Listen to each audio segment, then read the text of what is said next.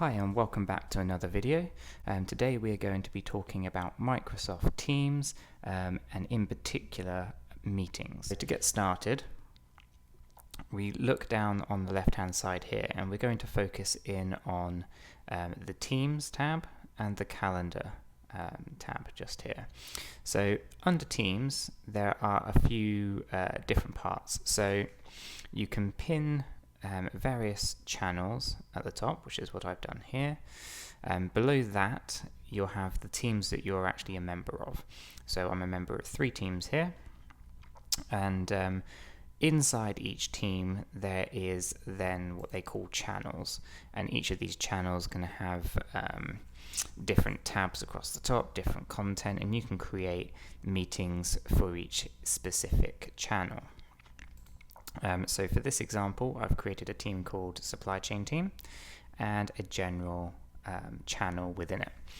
Once you've clicked into the channel, you're presented with this portal window just here, where we have the communications posts, any files that relate to that particular channel, and a wiki. And the little plus icon here allows us to add multiple applications into Microsoft Teams, which we'll probably talk about that in another video.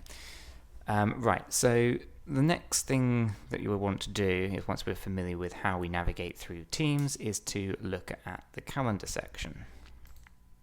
The calendar integrates directly into your Outlook calendar, so any meetings that you have in your Outlook calendar will also appear here.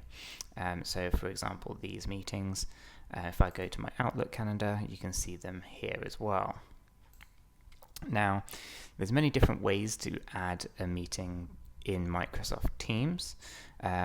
Primarily, you want to use this function up here in the top right hand corner for add a new meeting. However, there is backwards capability with Microsoft Outlook, and that is in your calendar at the top, rather than creating a new appointment, you can create a new Microsoft Teams meeting. But for this example, we will use the Microsoft Teams app and the plus new meeting button. We'll click that, and then you're presented with all of the details that you'll need to create your meeting. So to start with, we'll just give it a title. We'll call it a test meeting. Then you can add attendees, and this is optional, and I'll get to why that would be in a moment. Underneath that, you'll have when your meeting will take place. Okay, so we'll select 12 until 12:30. Does not repeat. And the reason that this the attendees is optional is because you can invite everyone within your team directly from here. So we can go down to our supply chain and we can click general. So it's everybody within our supply chain general channel is already invited. Okay, so then this section just becomes optional. If there's anybody that you would like to invite that's not a member of your core team, you'd put it into there. You can add a location, and then you can add all your meeting details just here. Once you are happy with all of that, you can click send to send the invite, and then it will appear in your calendar here. And also, if you go back into Microsoft Teams, I have a team meeting. Let me just dismiss that, and it is right there. And again, from here you can double click this and it will open it up, and you can join the meeting directly from Outlook. Okay, here and here. You can also join it from within Teams, directly within your calendar. Okay, so once you join your meeting, click join, you'll end up with this screen here. So it doesn't automatically add you straight in. You then have to select how you are going to be communicating in that meeting. You can have video enabled, microphone enabled or disabled, and you can set various different things up here. Once you are happy with all of that, you click Join Now. This then takes you directly into the meeting, and the meeting can start. You're presented with this new window. In here, you can toggle your camera on and off. So if you've got a webcam, you can turn it on and off, turn your microphone on and off so you can be muted. You can share your screen, and we'll get to that in a moment. And then under the ellipsis, you've got various different things. So you have settings for the device you're using. You can show meeting notes, and you can enter full screen mode, turn on live captions, keypad, start a video recording of your meeting. You can end the meeting, and you can obviously stop the incoming videos as well. Over here, you can show the conversations. So up here, this is everything that's within your Microsoft Teams channel can appear this side. And the last icon here is participants within the meeting currently, and you can invite additional people if you need to. Okay, so the first thing we're going to talk about is sharing your screen, and this is an incredibly useful feature. It doesn't just let you share your screen, you can also allow another member of the team to actually take control over your computer using this function. So if you needed help tech support wise, you could create a team called tech support with a channel in there and invite people into a meeting, and then you can gain control over another attendee's PC and basically sort out whatever tech issues they have. So what we'll do is we'll just click share, and then we are presented with a new window where we get to choose what we would like to share. So we could choose the desktop, or we could choose a specific window to share. So in this case, I'm just going to select the Excel document that I have, and now this is basically being presented over to everyone within the meeting. So you can go through this, you could do examples on how to set up certain formulas, etc.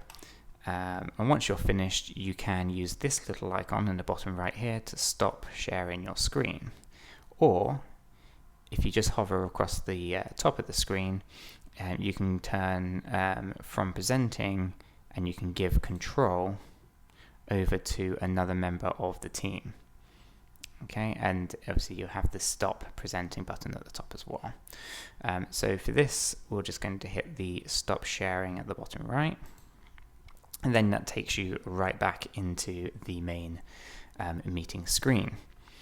Now if we hit the ellipsis and turn on show meeting notes, this is a new section that lets you take notes during a meeting.